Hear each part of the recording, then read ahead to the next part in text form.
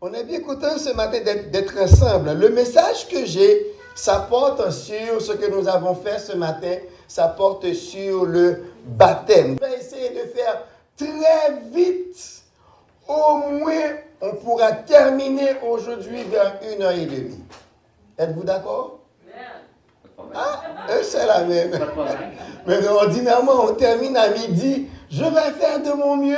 Si je ne termine pas aujourd'hui avec tout ce que j'ai préparé, on pourra le faire une autre fois. Mais tout ce que je voudrais faire, c'est vous donner un avant-goût et puis vous donner l'envie de vous faire baptiser. Si vous êtes ici ce matin, ça fait longtemps que vous êtes dans le Seigneur, vous avez toujours hésité de prendre le baptême d'eau, de vous faire baptiser, eh bien, j'aimerais vous donner envie et puis aussi vous donner une bonne compréhension de ce qu'est le baptême. En tout premier lieu, le baptême est un symbole.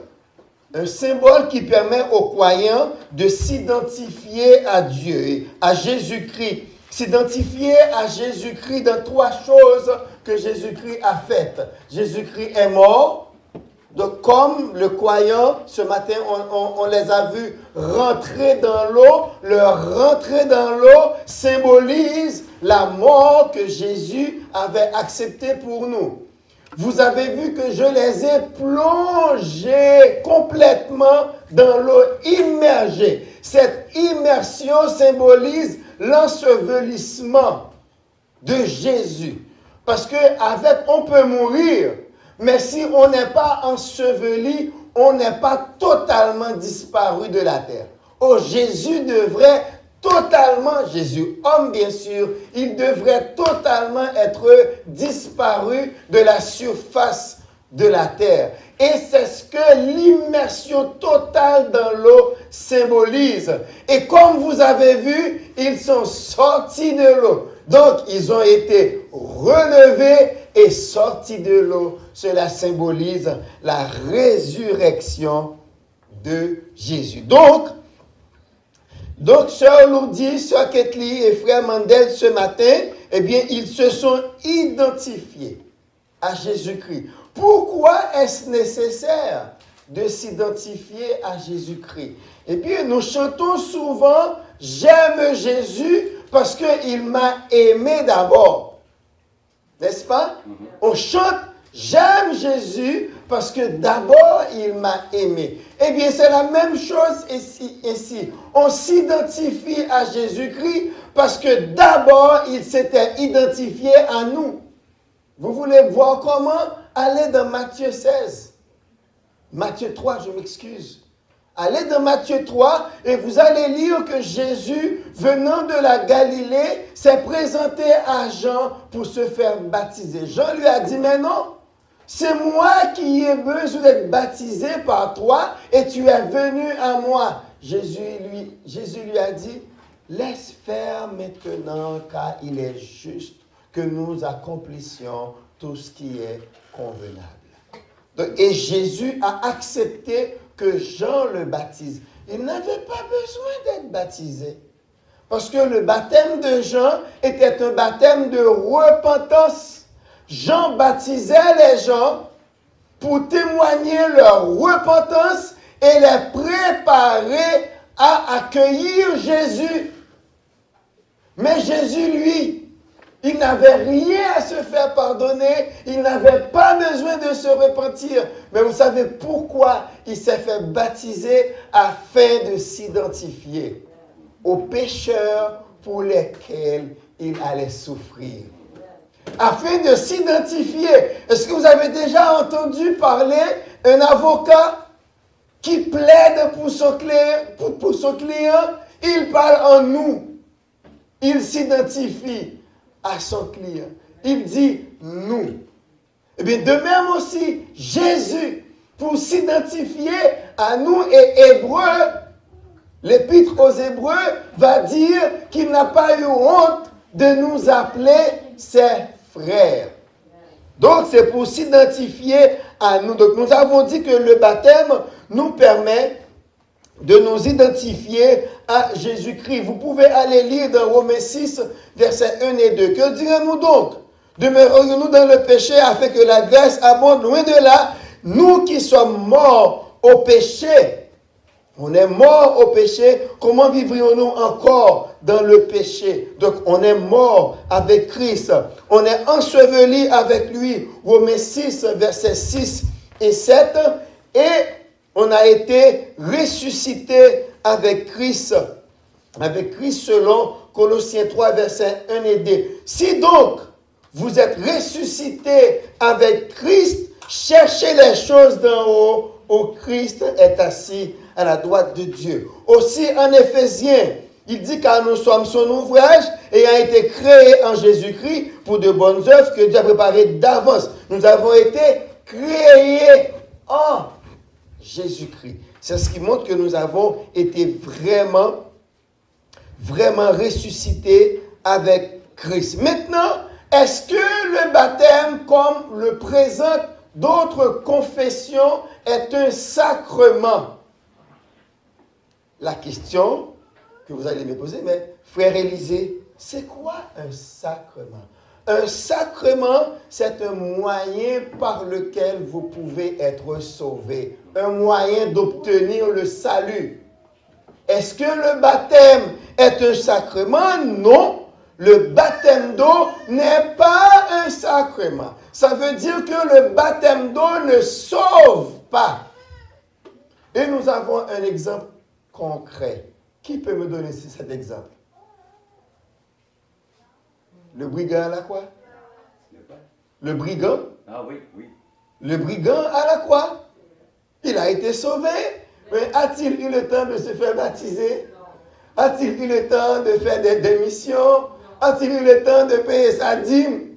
Aucune de ces choses ne donne le salut. Le salut est en Jésus et en Jésus seul. Donc ce n'est pas le baptême d'eau qui sauve.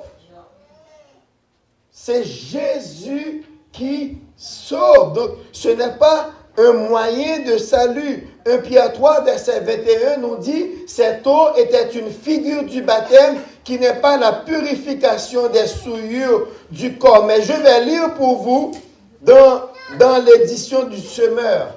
C'est même verset, depuis verset 21, il dit « C'est aussi que par cet esprit qu'il a proclamé sa victoire aux esprits célestes en prison. » Ceux qui autrefois s'étaient montrés rebelles alors que Dieu faisait preuve de patience à l'époque où Noé construisait le bateau. Un petit nombre de personnes, 8 en tout, y furent sauvés à travers l'eau. Verset 21, c'est ainsi que vous êtes sauvés maintenant vous aussi. Ces événements préfiguraient le baptême. Celui-ci ne consiste pas à laver les impuretés du corps. C'est le sang de Jésus qui fait ça. Pas le baptême, mais à s'engager envers Dieu avec une conscience pure. C'est un engagement. Tout cela est possible grâce à la résurrection de Jésus-Christ qui, depuis son ascension, siège à la droite de Dieu et à qui les anges, les autorités et les puissances célestes sont soumis. Donc, tout est soumis à Jésus-Christ. Donc, pour récapituler, le baptême est donc un symbole. Il représente la mort, l'ensevelissement et la résurrection du croyant qui s'identifie à Jésus-Christ. Le baptême symbolise aussi le passage du croyant de la mort spirituelle à la vie spirituelle. C'est quelque chose qui a été fait depuis la conversion. OK? Le passage de la mort spirituelle à la vie spirituelle, ça a été fait le jour de votre conversion. Mais par le baptême, vous le montrez publiquement. C'est un symbole qui représente cela. Il est dit, mais spirituellement, le croyant est le même avant et après son baptême. Parce que l'eau du baptême n'est pas magique. L'eau du baptême n'est pas purificatrice. C'est une vieille eau, d'ailleurs, tout à l'heure, on va la jeter. Ça n'a aucun pouvoir. Ok? Tout à l'heure, on va la jeter. N'essayez pas de prendre une bouteille ou une fiole. Oh, cette eau! Non, elle n'est pas bénite du tout. Elle n'est pas bénite du tout. C'est un symbole. Donc, il faut laisser les choses à leur place. Donc, cette eau n'est rien, mais le tout, c'est seulement, ça représente une réalité qui est en Christ. Hein, le passage de la mort spirituelle à la vie spirituelle. Et ça montre aussi l'engagement. Donc c'est un témoignage vivant de ce que les gens ont dit dans leur cœur à Christ. Ils le témoignent publiquement dans les eaux du baptême. Ça pourrait être un bassin, ça pourrait être une piscine, ça pourrait être n'importe quoi, mais sauf que l'immersion, c'est ça qui est le plus important et qui montre la réalité. Maintenant, le baptême aussi, c'est un acte volontaire. C'est un acte volontaire. Nous avons récité pour vous 1 Pierre 3, verset 21. Se faire baptiser, devrait être une décision personnelle. C'est pour cela que j'ai pris le temps de demander à Mendel, est-ce que mamie et papy ont fait pression sur toi? Il m'a répondu que non. Non, c'est lui après une expérience qu'il a faite en Haïti. Il a été pour un tournoi de soccer et je n'ai pas tous les détails de cette expérience. Mais on a compris que quelque chose s'est passé dans sa vie et il s'est décidé de prendre Dieu plus au sérieux dans sa vie et de se consacrer totalement à lui.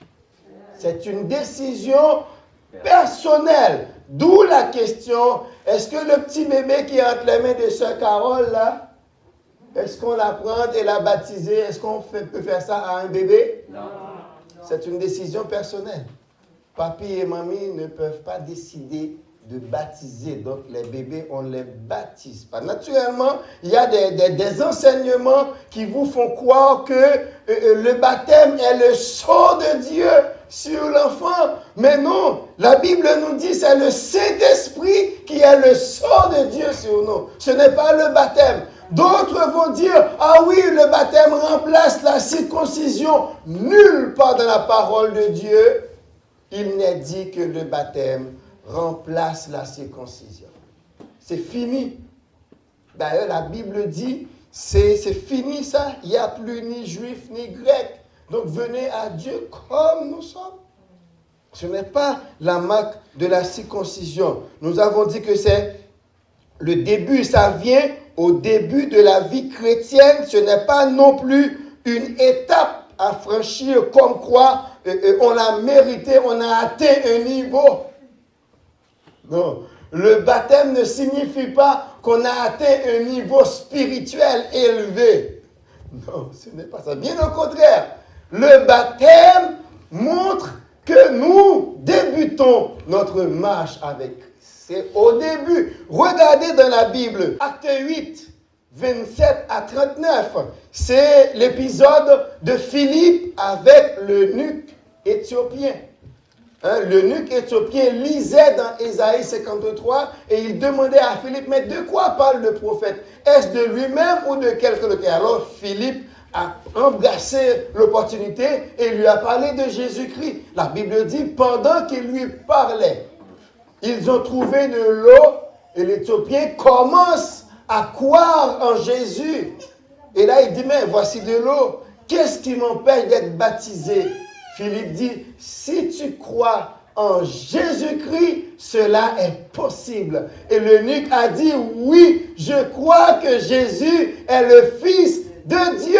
Et là, ensemble, donc l'eunuque éthiopien était au début de sa vie chrétienne. Et vous allez voir aussi dans Acte 2, les 3000 personnes. C'est quand ils ont demandé à Pierre, homme, frère, que ferons-nous? Et Pierre leur a dit, eh bien, il faut croire en Jésus. Oh oui, nous croyons. Eh bien, ok, si vous croyez, baptisez. Même quand de nos jours, on ne peut pas faire pareil. Pourquoi? Parce que ces gens-là connaissaient déjà la parole. Il leur manquait un tout petit peu d'enseignement. De même dans Acte 10, vous allez voir Pierre chez Corneille, la même chose. Corneille connaissait Dieu, Corneille priait, Corneille donnait des aumônes et aidait les gens. Mais il ne connaissait pas encore Jésus. C'est Jésus qu'il veut connaître pour commencer une nouvelle vie. Et quand Pierre est arrivé, Pierre a commencé à leur parler de Jésus. Et la Bible dit, le Saint-Esprit est descendu. Et Pierre a dit, mais est-ce que je peux refuser le baptême à des gens qui ont reçu le Saint-Esprit comme nous? Et alors là, Pierre, Corneille a commencé sa vie chrétienne quand il a cru en Jésus-Christ et il a été baptisé. Donc, toute personne qui comprend vraiment la vie chrétienne, vous pouvez être baptisé, mais ça prend un enseignement toujours. Parce que la vie chrétienne débute toujours avec un enseignement sur Jésus-Christ.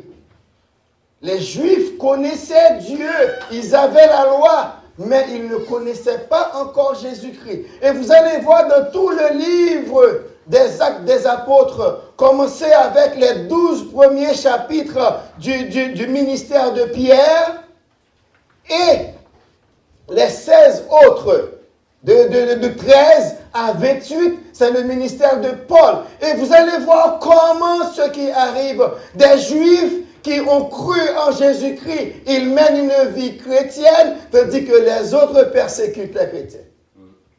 Ceux qui ne croient pas. Et jusqu'à maintenant encore, c'est le cas. Il y a toujours un problème entre les Juifs messianiques qui croient en Jésus-Christ et les Juifs antichrétiens. C'est toujours le cas. Mais on l'a vu, la vie de victoire commence avec la foi en Jésus-Christ. Donc si vous êtes là ce matin, vous n'avez pas encore reçu le baptême d'eau, j'aimerais vous parler des modes du baptême affusion et l'aspersion. Affusion, c'est quand on vide l'eau sur la tête de la personne, et aspersion, c'est quand on prend l'eau, comme vous voyez les prêtres font souvent, eh bien, ils aspergent. Ces deux modes de baptême ne symbolisent pas vraiment la réalité en Jésus-Christ. L'aspersion, disons, la fusion, c'est comme l'onction. C'est de la Bible.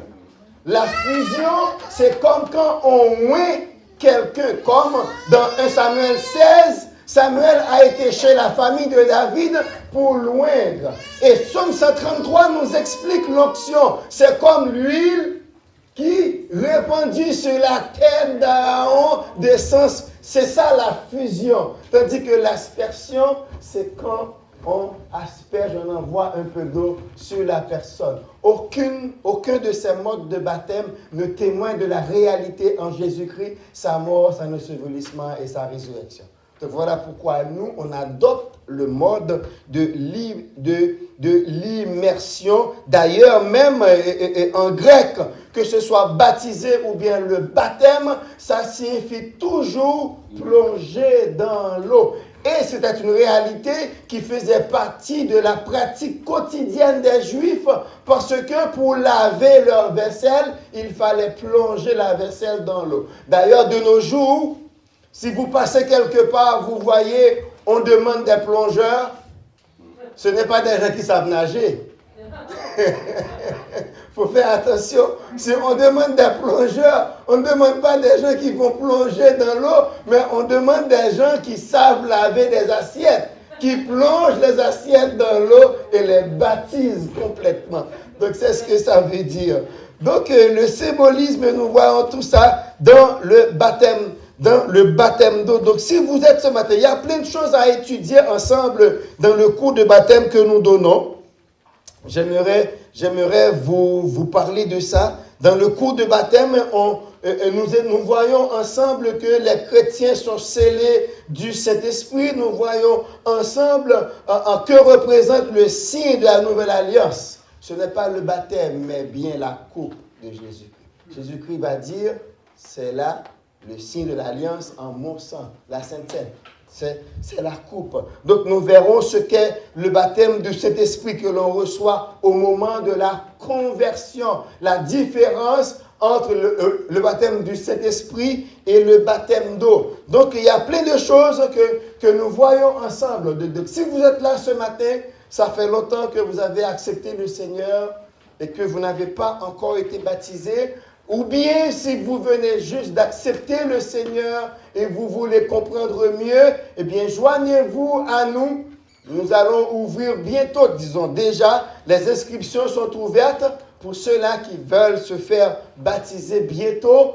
Eh bien, joignez-vous à nous, donnez votre nom. J'ai déjà un candidat pour le baptême. Donc, à l'autre cérémonie de baptême, vous pourrez parmi ceux-là qui témoignent de leur foi en Jésus-Christ. Jésus-Christ vous attend.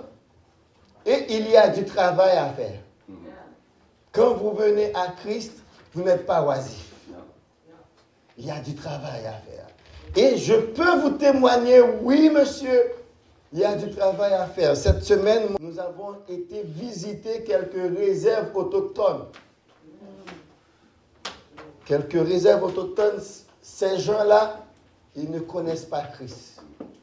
D'ailleurs, ils ont tellement souffert à partir de la religion, ils chassent tout. Ils les chassent, ils ne les reçoivent pas parce qu'ils ont souffert. Maintenant, ils mènent leur vie, ils acceptent, ils prient les plantes, ils prient les oiseaux, ils prient le soleil, ils prient la mer. J'ai visité le lac sacré à Kitiganzibi. Pour rentrer, pour aller au bord du lac seulement, on vous demande de vous dépouiller parce que le lac est sacré. Et n'importe qui ne peut pas aller se baigner dans ce lac à Kitiganzibi. C'est l'une des réserves autochtones. Nous avons visité également Rapid Lake. Écoute, il y a du travail. Quand Jésus-Christ a dit, la moisson est grande, mais il y a peu d'ouvriers, je peux comprendre ce qu'il a dit, parce que ces gens-là n'ont jamais été touchés par l'évangile. Ils ont eu la religion, mais nous savons que la religion ne sauve pas, ne change pas, ne transforme pas. La religion vient pour profiter des gens.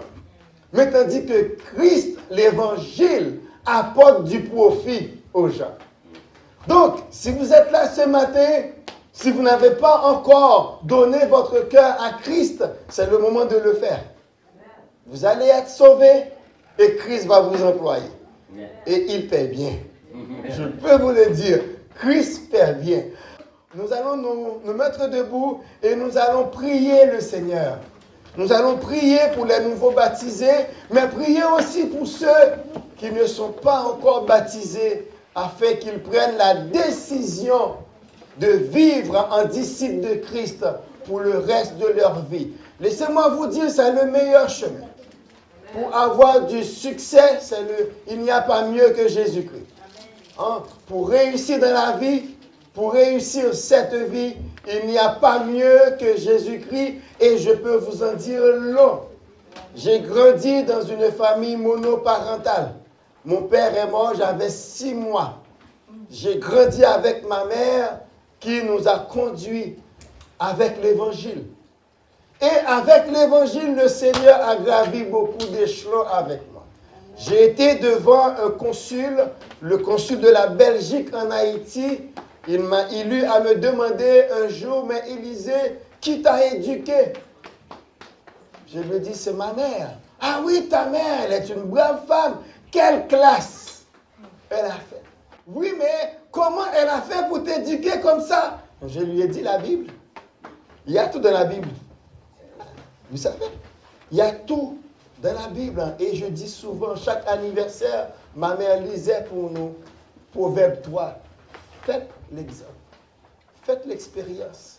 Va lire Proverbe 3. Vous allez trouver tout un programme d'éducation, un programme de formation seulement dans Proverbe chapitre 3. Et tout le livre de Proverbe, il y a des conseils pour les jeunes gens, conseils pour les jeunes filles, pour savoir comment prendre de bonnes décisions dans la vie et éviter les échecs de cette vie. Donc nous allons prier ensemble. Regardez les jeunes dans la salle. Priez pour eux, vous qui avez déjà une expérience dans la vie et dans le Seigneur. Priez pour les nouveaux baptisés, afin que le Seigneur puisse les conduire dans le chemin de la victoire. Prions ensemble. Cher Seigneur, merci pour cette matinée, cette belle matinée que tu nous as donnée. Merci, Papa, pour le service de baptême que tu nous as permis d'avoir ce matin.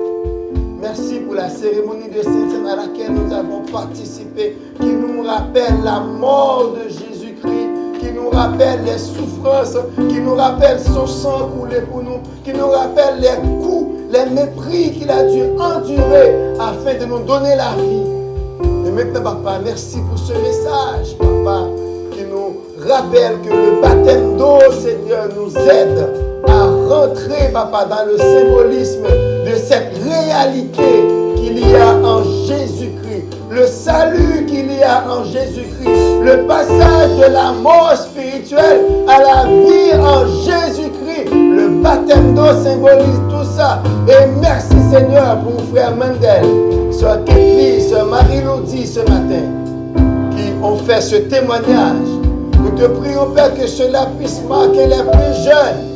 Et que, Père, arrivé au moment où ils peuvent se décider, qu'ils puissent se décider pour toi et vivre sous ta volonté. Que ton nom soit béni. Béni soit ton nom. Bénis, Seigneur, les autres jeunes de cette assemblée. Aide-les aussi, Seigneur, à voir, Papa, la nécessité de te confier leur vie en prenant la décision pour toi par le baptême d'eau. Nous te prions, Père, au nom et par les mérites de Jésus qui vit et qui règne au siècle des siècles.